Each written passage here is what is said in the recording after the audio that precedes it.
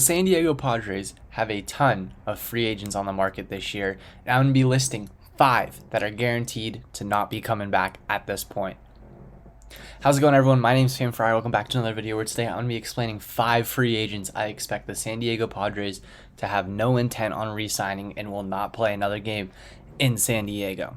Now, some of these guys have either just denied their player options or they didn't fit well on this team, but we're going to go ahead and hop right into it. The first player I'm going to be talking about is Craig Stammen. Craig Stammen's a free agent. He's been around for a bit, and I think there is a small chance that AJ Preller tries to make a move to bring him back. He isn't the greatest reliever. He's had pretty mediocre years in San Diego with a mediocre ERA, mediocre just all around. That's the best way to describe Craig Stammen. He's pitched some big moments. He's had some bad moments. I don't really see a lot of chances of him going to any other team. He may even retire. But the team that I do see him magically appearing on is the Dodgers. And the scary thing if he magically appears on the Dodgers is we all know how the Dodgers work. They get some random reliever. Next thing you know, this reliever's an all-star. For example, they had D. Huddy last year. If you guys don't remember Daniel Hudson, we traded for him at the deadline. He was very mediocre when we traded for him. And then he went to LA, and before he broke his leg, he was going off. He was one of the best relievers in baseball. I have a fear of that with Craig Stammen, and I think it's very possible it could happen. Second person on this list is very obvious that they're not coming back, and that's Manaea. It wasn't a good fit. It didn't work. I think Manaea has the ability to work out somewhere else, and I think he's going to get what people call a prove-it deal. I think he's going to get a prove-it deal from a team like the Cincinnati Reds, or a team that's looking to find someone that can put ass in seats and can give decent value if they're needed to be traded at the deadline. Now, that's someone Manaea could very well be. Manaea is a guy that you could trade at the deadline if he has a magical first half. The Reds are good at doing that. That's what they did this year with Brandon Drury, and they're trying to rebuild and request more prospects and build up their farm. So it's a great idea for them, and Manaea just didn't work in San Diego, as we very well know. April, he was one of the best pitchers on the team. May, he was all right, and then it just kind of went from there on. I think there's no good fond memories of Manaea, so I'm not even going to get started on that. Now, the third person is going to be Jurickson Profar, which is kind of a random one, and a lot of people were expecting him to re-sign or opt into his contract. I think Jurickson Profar is definitely a fan favorite in San Diego, but the issue with Jurickson Profar is the guy wants his bag. He's under Boris Corp. He's looking to get some money, and I think the Orioles are a team that's kind of getting ready to compete and kind of performing where they very well could pay Jurickson Profar a bag, and I think Jurickson Profar will forever be loved in San Diego.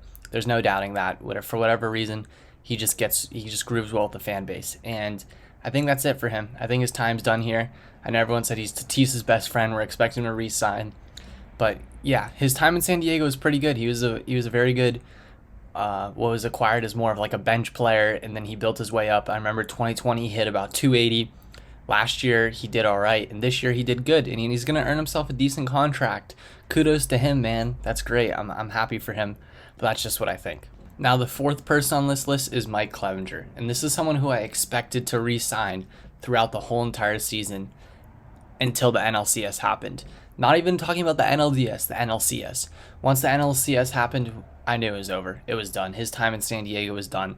Mike Clevenger was the guy we brought in a major trade, and he had Tommy John, which made it hard for him to perform to the level that he was supposed to come in and be. And you know what? After your third Tommy John, like Mike Clevenger, your arm's done, man. It's done. You just have the Tommy John pitch mix, which is like a mediocre slider, a mediocre fastball, maybe a good changeup. And that's what he is. Unfortunately, he's just going to be a fourth or fifth guy in some rotation. I expect the Angels to pick him up. He seems like a big Southern California guy. And it's unfortunate to see Mike Clevenger fall off, because I remember when we traded for him, I had very, very high hopes of what he could be. Not a lot to say on it. His career in San Diego was just unfortunate. He had a great first half. He was very solid in his first half for coming back from Tommy John. And then just like Manaea, for whatever reason, both of them just went down in the cellar come crunch time, which is very, very interesting. And both of them arguably could have costed us the NLCS.